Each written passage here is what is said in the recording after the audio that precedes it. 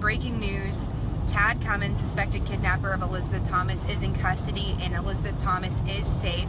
They were found in Northern California, and for the past 30 minutes or so since this just came out, I've been working and getting in touch with some of my contacts up there. The district attorney says that he will be at a press conference held by the Tennessee Bureau of Investigation at 3 o'clock. So we are headed to Nashville for that. People who live here are relieved that Elizabeth is back in the state of Tennessee and safe with her family. Being up here all day, it's easy to see that this community has changed. Many of the people I speak with tell me that up until this disappearance, this was a place where really nothing bad happened. Now it's time for not only Elizabeth and her family to heal, but also those who live in Murray County. I'll tell you what, it's really amped up in the last 24 hours, and we're kind of the media center of the universe for good reason. It's a great story that we've finally found her. Brian Adams has lived in Columbia for 15 years. It's been a topic of conversation at every restaurant and everywhere around town for the last 5 weeks, so finally, I think hopefully we can put some rest to this. Adams says the story of Elizabeth Thomas's disappearance has prompted plenty of community conversation. And I think in some ways it brings a community closer, and I know that seems a little weird, but I think it has. I think a lot of people have talked about it, and it's brought a lot of good conversation about. Oh, yeah, we've been following that. Yeah. Stephen Pisante is visiting from California.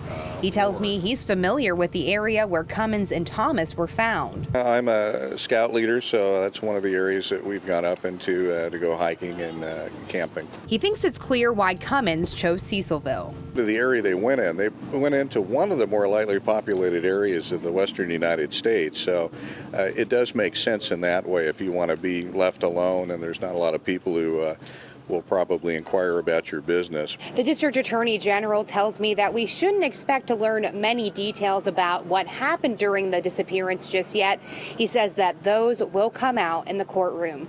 Live in Columbia, Tennessee, Chelsea Brentzel, WHNT News 19. Fight for you. On Friday, Roy Moore's campaign reached out to WHNT News 19 asking if we'd interview a woman who says she worked at the Old Hickory House during the same time period as Beverly Young Nelson says Roy Moore sexually assaulted her. I just felt like it's important to say the truth. Rhonda Ledbetter, formerly known as Rhonda Kaiser, is a Moore supporter. She voted for him in the Alabama U.S. Senate primary and runoff. She tells WHNT News 19 she worked as a waitress at the Old Hickory House. It would have been 77, 78, and some maybe in a little bit in 79, right around in there. I was in college. Mr. Moore reached. It was last week when Beverly Young Nelson held this press conference with her attorney Gloria Allred in New York. Nelson said she met Moore in 1977 when she worked at the Old Hickory House, which would have been Ledbetter's first year working there. Nelson said Moore was a frequent customer. Nelson told reporters one night after work Moore offered to give her a ride home, and he sexually assaulted her in his car in a back parking lot near a garage dumpster. I tried fighting him off while yelling at him to stop. But instead of stopping, he began squeezing my neck, attempting to force my head onto his crotch. But Ledbetter says she's skeptical of Nelson's account for a few reasons. I never once saw Roy Moore come into the restaurant. Ledbetter says she also doesn't recall working with Beverly Nelson despite working several different shifts. I don't remember her. I never remember her working there. WHNT News 19 has worked for 3 days to verify Ledbetter's employment. We spoke to her sister, who also claims to have worked there in the summer of 1977. We also spoke to Ledbetter's friend, who said she did work there. However, we've been unsuccessful in confirming Ledbetter's employment outside of those two. We haven't been able to reach the owner, and Ledbetter says there are no tax records or pay stubs, as she remembers the employer was paying his employees in cash. I don't think there would be any records left to determine who, if anybody worked there. Miss Nelson, me. I mean, I just think all of those records would probably be gone. So I think it would be hard to prove or disprove. We've learned Ledbetter has experience as an actress. She's been in some Christian-based films. However, she says she isn't being paid to speak up for Moore. Ledbetter says her reason for coming forward is because she's seeking the truth. I don't want a senator representing me or any other government official who's unethical.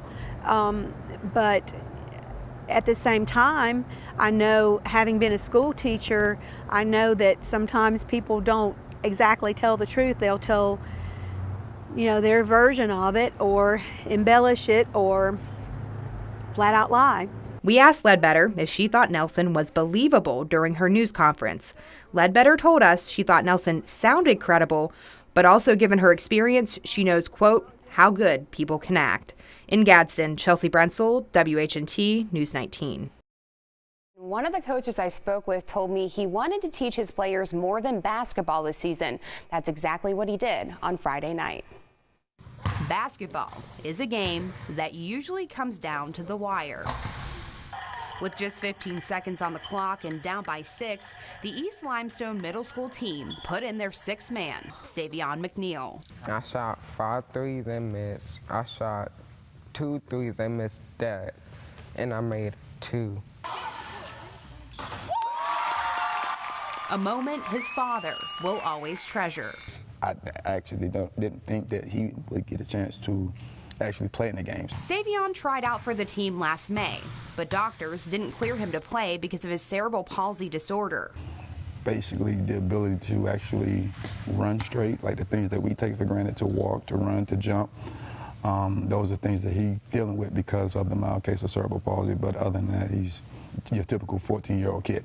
A kid that coaches say has a lot of heart, a trait that makes him an excellent team manager. And he helps get the uniforms together, packed up, unpacked, set out for all the players, towels, gets the water bottles ready, and the boards, anything we need really. The Indians might not have put up more points on the board Friday night, but they earned something more valuable. For me, it was incredible to watch it, and for him to finally get to experience something that he's been wanting to for so long, and to me that was the best win we had all year, and it was really amazing to watch. Savion is a kid of few words, but has advice for anyone out there that's struggling. Keep trying, don't give up. A reminder that no matter the obstacle, we should always play to the last second.